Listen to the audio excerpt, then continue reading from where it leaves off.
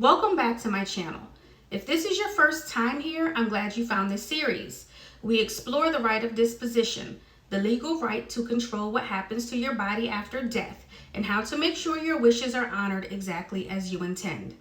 This episode focuses on Indiana, a state where the law makes it clear who has the right to handle your funeral, burial, or cremation, but also gives you the power to make that decision yourself.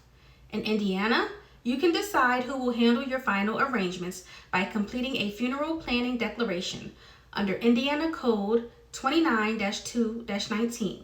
You can appoint a person, called your designee, to make all your decisions regarding your final disposition, including burial, cremation, or memorial services. Once that declaration is signed, dated, and either witnessed by two adults or notarized, your designee has complete legal authority to carry out your wishes, even over your next of kin.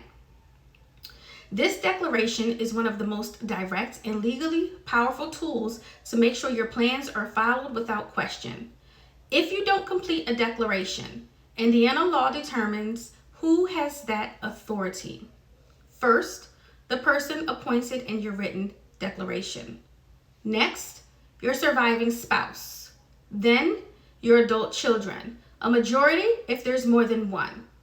After that, your surviving parents. Then, your adult siblings, followed by your next of kin in the order of inheritance.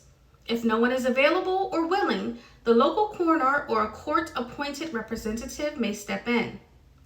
This hierarchy is established in Indiana Code 29-2-19-17, and funeral homes across the state are legally required to follow it when no declaration exists. Timing also plays an important role in Indiana. If a body remains unclaimed for 10 days after death, the county or coroner may assume responsibility and authorize burial or cremation as an unclaimed body. 10 days can pass faster than most people realize, especially in cases of family conflict, travel, or indecision. That's why a written declaration removes uncertainty and ensures your arrangements are handled quickly and correctly.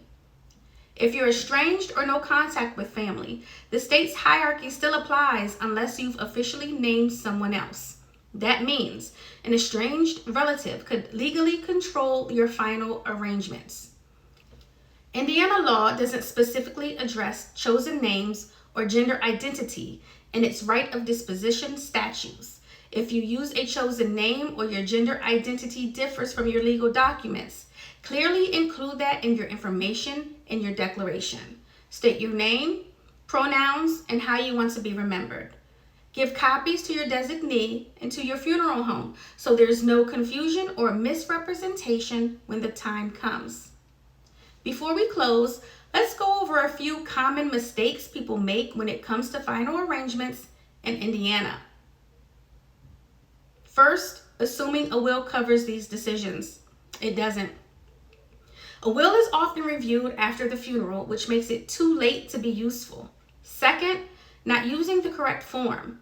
Indiana has a specific funeral planning declaration form that must follow the state's wording to be valid. Third, not having witnesses or a notary. Without proper signatures, the declaration isn't legally enforceable. Avoiding these mistakes ensures your wishes are carried out exactly as you intended, clearly, confidently, and without challenge. As always, I want to thank you for watching. I hope this helped you understand how Indiana handles the right of disposition and why completing your declaration gives you true peace of mind. If this information helped you, share it with your family, friends, or anyone living in Indiana who may not know their rights. These conversations bring clarity and control before they ever become urgent. Be sure to like, comment, and subscribe for more state-by-state episodes in this series. And check out the rest of my Right of Disposition playlist to see how these laws differ across the country. I'm Bella, but this is your life, your legacy, and your choice, even after you're gone.